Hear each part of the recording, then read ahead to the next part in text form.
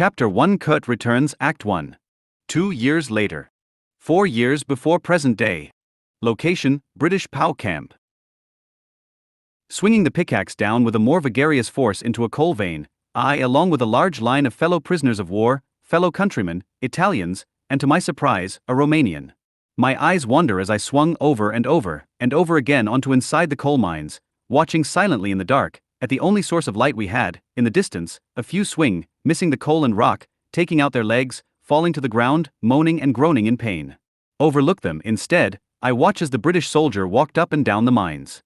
Observing the collection of coal and other minerals harvested, and placed into the many baskets, crates, and mine carts. Carrying the only source of light. A candle wick, surrounded by a mirror-like piece, to help focus the light of the small flame outwards and ahead, attached to his helmet. Carrying a Lee Enfield, with a bayonet attached. Our eyes adjusted to these dark, harsh environments. Lacab notices my focus on the guard, a captured Romanian soldier, whom I'd befriended in my staying here. Don't he spoke unto me, I look over unto him, pausing for my swings. A clear look of why.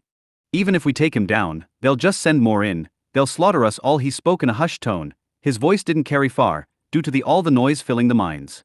Smacking the stock of his weapon into the sides of Lacab, the guard, the soldier shouted, while he fell to a knee. There will be no talking. Now get back to work, both of you.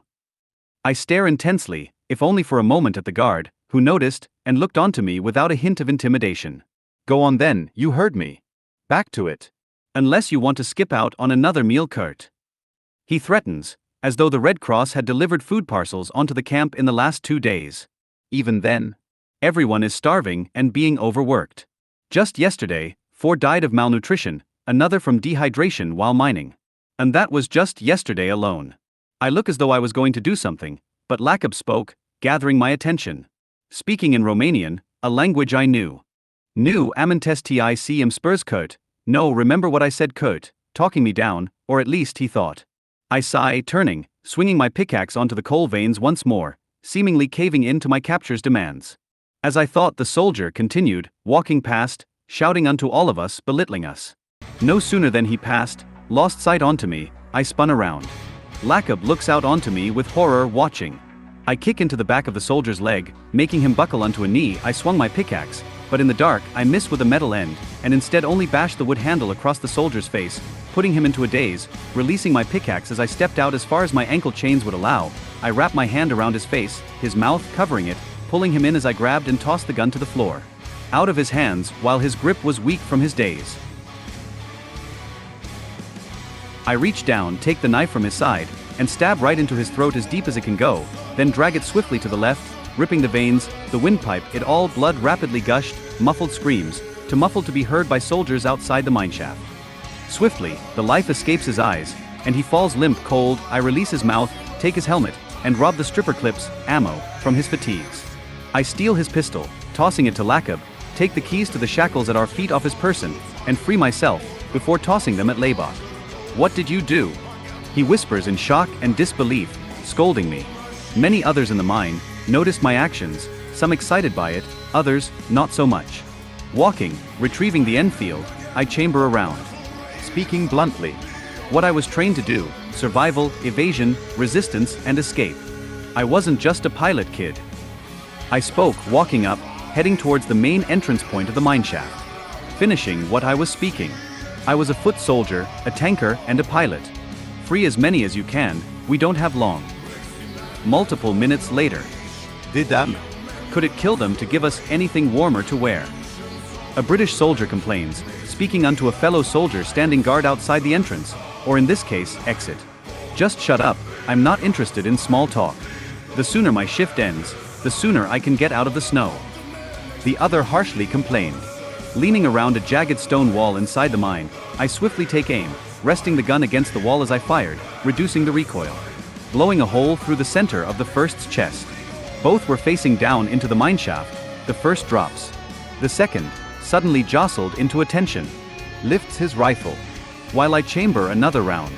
Lacab leans around me, aim, firing the revolver onto the second soldier, blasting a hole dead center of his skull. The man dropped to his knees, then over onto his side. This is suicide, Kurtz. Lacab scolds me. And staying put wasn't? I shout over the battle cry of POWs charging past us, out of the mineshaft. After a few pass us, we fall in behind, racing out of the mineshaft, 2 in the front pickup rifles, 2 more pickup pistols off the dead soldiers. No shit, but couldn't we have formulated a plan first? He shouts, exiting the mineshaft. A soldier, not far from the entrance area, sets off a charge, causing a chain of explosions, TNT set up inside the mine, rigged to blow should we ever decide to make an uprising. Just as we get out, the eruption comes, hundreds of men are suddenly caught in explosions, and crushed by thousands of tons worth of earth. Only 30 of us make it out. For a brief while, our ears hear only ringing from the hectic explosion. But my focus remains. 6 of us have guns, and the rest charge head-on at soldiers, brandishing no more than pickaxes, and most are gunned down. Getting behind a formation of stacked coal and stone, just outside the entrance, I lay over top it, with Lakab crouching down, peering around me, both of us aiming at separate targets, dropping soldiers, receiving heavy return fire. 3. Number 5 soldiers fall under my gun. Men without a weapon make a mad dash for those dead in search of a gun. Across the entire entranceway, 9 British soldiers lose their lives. The 10th, still alive, begun sprinting, and slid behind a jeep for cover. Only 13 of us remain, and all of us have guns and ammo to hold our positions. At the moment, at least for this moment, our section of the camp has fallen under our control, and we can't be contested. Our ears no longer ringing, we can hear again. I spoke onto Lakab. There's an airfield only 8 miles from here, I saw it during my transport here. If it's still operational, we can maybe make our way there, and commandeer an aircraft and escape. I explain, I had been planning an escape for years. I was waiting for the time to be just right. No longer pinned down by gunfire, we traverse cover. I race up towards a locked crate with a flammable sign riveted onto it. Breaking the lock off with my buttstock. Threw the lid open, and fish out 2 sticks of dynamite. Pocketing a nearby soldier's lighter. Shouting over the men. What are you planning to do with that? He asked, utterly baffled, that I'd take such interest in such a thing. Worry not about that, just follow my lead. Racing across the camp, being sure to avoid the sight of any guards who race in to reinforce and stop the uprising, the prison break. Behind us, as we traverse many forms of cover, remain out of sight, the gunfights resume. The only ones to slip away undetected was us. Lighting the stick of dynamite, I toss it at a section of fence and wire. We get behind cover, in form of an empty rail car. Not long after, it explodes, blowing a massive hole in the fence and wire. I grab him, lunging up into a sprint. Reloading my rifle as we run. Shouting unto me in frustration. Even if we make it to the airfield, how on earth will we get close enough to a plane, to start it and escape, without getting caught and gunned down? If you have any better ideas, I'd like to hear them. I complained, urging him to provide a better one, or to become silent on the matter. Of which, he becomes silent. The distant gunfight within the camp becomes more and more distant, until we simply can't hear it anymore. Hour later. Hunkered down along the tree line, staying low inside the snow-covered foliage. Observing from a distance the patterns of the men on the grass patch, airfield. Spitfires, Hurricanes, P-51s, B-17s, Lancasters. All across the airfield. Have you ever flown a plane, kid? I asked the young Romanian. No, but I've flown a glider, he answered. I looked unto him, speaking rather forward. Then you can fly a plane. Listen, here's what we're gonna do. See those single-engine aircraft? I point towards a group of P-51s and Spitfires. Yes. We're going to stand up and start walking, walk cool, collected, and casually like we belong here. It's not likely that they've relayed any messages out that a prison break has accrued nearby, and even if it has, I doubt the Air Force would have heard it yet. So, they won't be expecting POWs to be here. They'll likely pay us no mind, at least long enough for us to get in close. I'm going to start up an aircraft, and I want you to fly out of here in it, as soon as I get it started. Don't worry about anything else, besides getting airborne. And once you get up there, make course for France. Fly low, and with your landing gear down, the flak won't down your aircraft if you do. Find an open patch in France, land. Understand? I explain, making sure the plan was clear and understood. What about you? They'll notice us by then, won't they? Don't worry about me, kid. I'll be right behind you. I assure him, but my primary objective was to ensure the young man got out first. I can fend for myself. Patting him on the back, I stood up, beginning out of the foliage, walking calm, at normal pace, him stumbling out of the foliage, up onto his feet, following me. Are you sure they won't dash, interrupting him? Act natural, they're not onto us yet, I assure him, putting my rifle over my back, hanging it off the straps. I looked calm, collected, like I was supposed to be there. Passing an airwing group of 3, walking the other direction towards a small communications building. I salute in the traditional British manner, Lacab doing the same in a more awkward and sloppy manner. They only pay mind onto me. Gentlemen, I greet them, purposely engaging with them, as to come off more as someone meant to be here. Good day, lads. One in their group returns the gesture, all 3 saluting back, only briefly looking onto us, not long enough or with enough attention to notice our POW clothes. Soon reaching AP-51. Lacab swiftly pulled himself atop the wing, while I stood in front the prop, and began hand-spinning it, making sure the motor spun over a few full rotations before I moved around the plane, climbed on, and reached into the cockpit, flipping switches and turning knobs, all labeled in English. I spoke enough to understand the basics on the instrument panels. While I set the plane up, adjusting the flaps, not to take up, but combat, which are a setting in between none and take off. Speaking on to him, as he buckled into the aircraft. This thing controls the very same as a glider, but this time you have an engine on the front, and flammable fuel. So when you try to land, try and make it as soft as you can. I explained, finally pressing in on a starter button painted in red. The prop begins to spin on its own, very slowly, the starter spinning the motor, puffs and coughs of flame come out the exhaust ports, before it sputters and then roars alive. The prop spinning fast and proud. But Dash interrupting him. At 150 kph, start pulling up gently. Shall take flight, fly wing level also way home. Only pull this, Dash, grabbing the thrusts lever and punching it forwards to full power. Pull this back when you're coming in to land. Now gun it home. I explain, glancing over my shoulder, noticing a few near the end of the runway, walking from a camouflage netting, towards us, shouting. Kurtz. He yelled as I grabbed, slid, and locked down the cockpit hatch. Jumping off the now moving aircraft.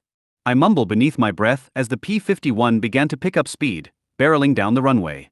Good luck, kid, make it home safe. I stand up, taking my rifle off the shoulder, brandishing it. I begin walking towards a Spitfire nearby, firing down range at the approaching men. They fall down atop the ground, holding hands over their heads, making themselves a smaller target. Shouting in German as I fired down range. Gott ist mit mir. Beuge dich seinem Willen. God is with me. Submit to his will. Reaching the Spitfire. I rapidly spin the prop by hand over and over again, trying to make sure the engine has been turned over and lubricated, before I started it. Shots return down range, pink and dink off the Spitfire, whizzing past. I duck twice over out of instinct, covering my head as I maneuver around the Spitfire. I use it as cover. Climbing the wing, I go to enter the cockpit but am startled to find the dash is completely missing, and the stick was half attached. Clearly this aircraft was undergoing maintenance. Was out of commission. Nien. I shout, a bullet flies through the cockpit glass, and pierces my side, making me stumble back. I slide down off the wing, and hold my side, as I began running towards another aircraft. As I passed a B-17. The crew inside it steps out, firing pistols at me. I dive back behind the cover of the B-17's backside. I turn, and begin running towards another aircraft, a Hurricane across the way. Rounding the aircraft, they fire onto me. One mans the machine gun in the nose and begun firing down range onto me. But all his bullets fall ahead, landing upon the Hurricane I was approaching. From around another Hurricane, parked beside that one, a pilot, holding a pistol aims, and puts a hole in my shoulder. I raise my gun, and fire in return, blasting a hole in his shoulder as well. He stumbles back into cover, behind his aircraft. I change direction one last time, running for cover behind a Lancaster, where I kick in the door and hunker down inside the bomber. I've never flown a bomber, so flying one was out of the question. Especially now, I'd just be shot out of the sky before I made it to France by the fighters on this base. I lean against the interior walls, blood dripping down my shoulder, and staining along the walls. Panting, I hold my rifle tight. Damn it. What now? Almost a minute goes by. The demanding voice of those outside booms out. 4 years later. Bismarck point of view. Staring out my office window, staring at a model made of an aircraft that brings about great comfort within me. One I look unto when I need guidance in times of tough decision-making. I tend to look to it when I'm in a moment of confusion, when my emotions run wild. However, it is not the aircraft itself that brings this comfort, but the memories of someone I don't know, and may very well never know. Miss Bismarck. The British have finished prosecuting the officials and soldiers they believed needed so. They've, along with the Americans, have started releasing the POWs they didn't prosecute. The only commander they didn't take from the Navy after Germany surrendered speaks unto me as he entered, sounding rather eager by the information. I see, will they be providing their transport or we? I take my eyes off the model aircraft, looking unto the commander, speaking in a rather pleasant tone. This was indeed good news. The men who fought for our country can finally return home, their fight finally over. We do, ma'am, he answers. I let out a subtle sigh. He arrives at my desk, brandishing a folder, rather large, with lists of which are separated by profession, front, rank, etc. of the POWs we're receiving back unto our home. I look onto the folder, opening it, scheming through it with little interest to the names, as I was only truly interested in returning the men and women home, where they belonged. May I suggest taking a page out of the Americans' book and use our remaining warships as transport ships, to bring back our men and women by bulk. We only have a few cruise ships left afloat after the war. With only them, it'll take months, but them along with our fleet, should only take weeks to complete. He explains, giving a rather satisfying answer to a challenging question. I nod, continuing to read over bits and pieces of the paperwork and list. We'll have to ask the British if this can be arranged. I'm not sure how they'll like warships going back and forth from their country. If they agree, then we shall. I speak, being sensible about the idea, but not daring shut the idea down. Spotting amongst the reading a particularly familiar name. But why? Rank, First Officer. Name, Kurt Otto. Profession, Fighter Pilot. Proficiency, Ace. Repeat Escape Artist.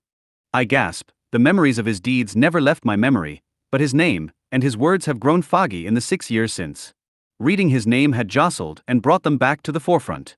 I hear his words all over again. KMS Bismarck, this is First Officer Kurt Otto. I will be providing you air support. I doubt another ace will defy orders to rescue you next time. I stand from my desk, placing my hands atop the table surrounding the folder. Speaking in a gasp, beneath my breath in a tone of subtle excitement. I do struggle to express emotion most times than not, but in this moment, I'm able to find emotion. He's. I lieve. But. I tugt. I go into the length again. The commander was startled by my sudden movements. For a moment, I appeared uncharacteristically energetic.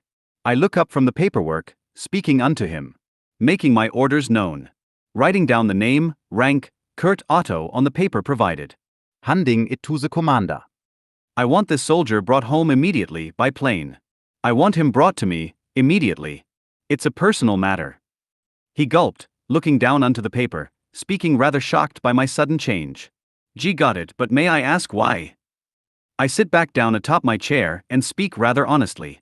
This is the man who saved my very life 6 years ago. I wish to see to it that he is brought home and thanked properly for his efforts and sacrifice. I answered, being transparent about my intentions. The next morning, Kurt Otto point of view. Escorted to outside the office of whomever it was, wishing to see me, of all people. The soldiers ten teuern endli me. Just standing before the door. How strange, if I really wanted to, I could have just not entered and left. Returned home. To what's left, to what remained of my shattered life back in the civilian world. But the truth was, I was curious.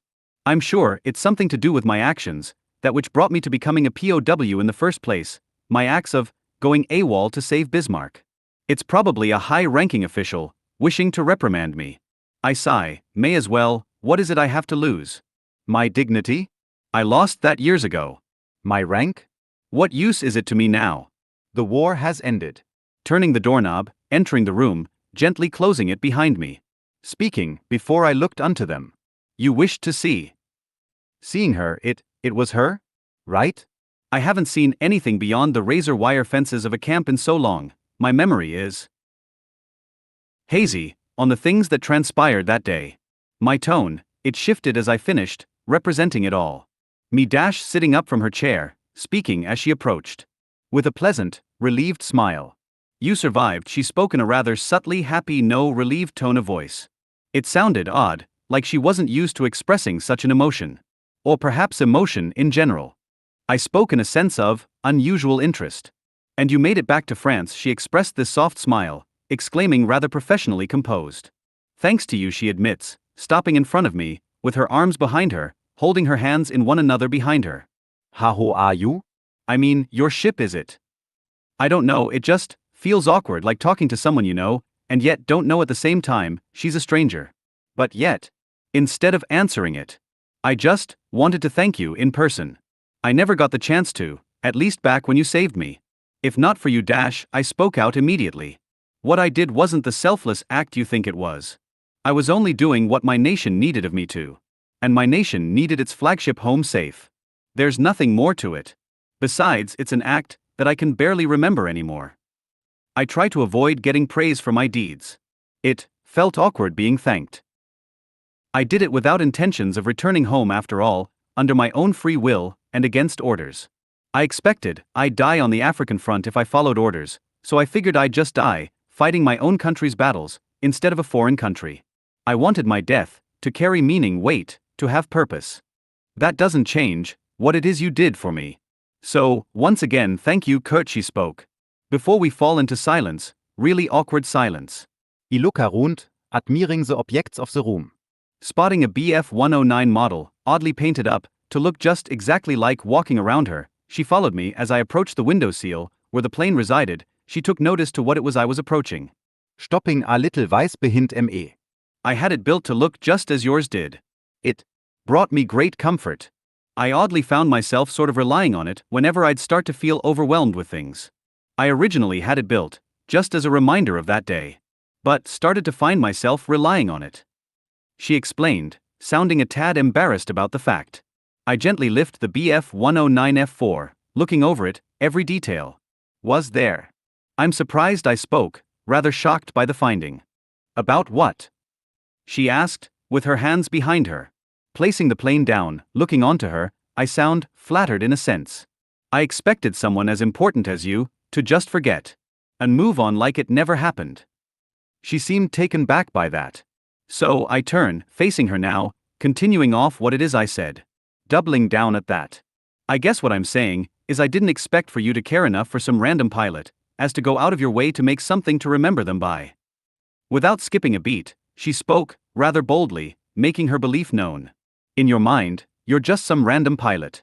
But in my mind, you're a hero, my hero. The sole reason I continue to exist. I look unto her with a sense of subtle surprise.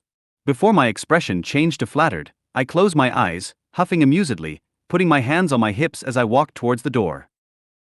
You've got a strange understanding of the word hero, or perhaps, it's me who has a strange understanding of what makes someone a hero.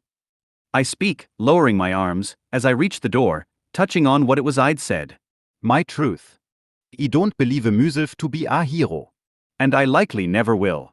I failed many men I cared about, no longer roaming this earth, either because of decisions I made, or for mistakes I made in the heat of a moment. I failed many soldiers, got just as many killed, I killed just as many on the other side by my own hands, took men from the dinner table of many households. Left many children to roam life without their daddies and grandpas. Rather it be the enemy or friendlies with the decisions I made in battle, rather it be on the ground, inside the confines of armor, or inside the wings of beasts that roam the skies. Planes? I am no hero. I'm just a man. Human. Nothing more, nothing less. Opening the door, no longer interested in this conversation, in being given praise or being flooded in the patronizing bullshit, or being fed the lie that I was a cut above the rest. When I simply wasn't. Wait.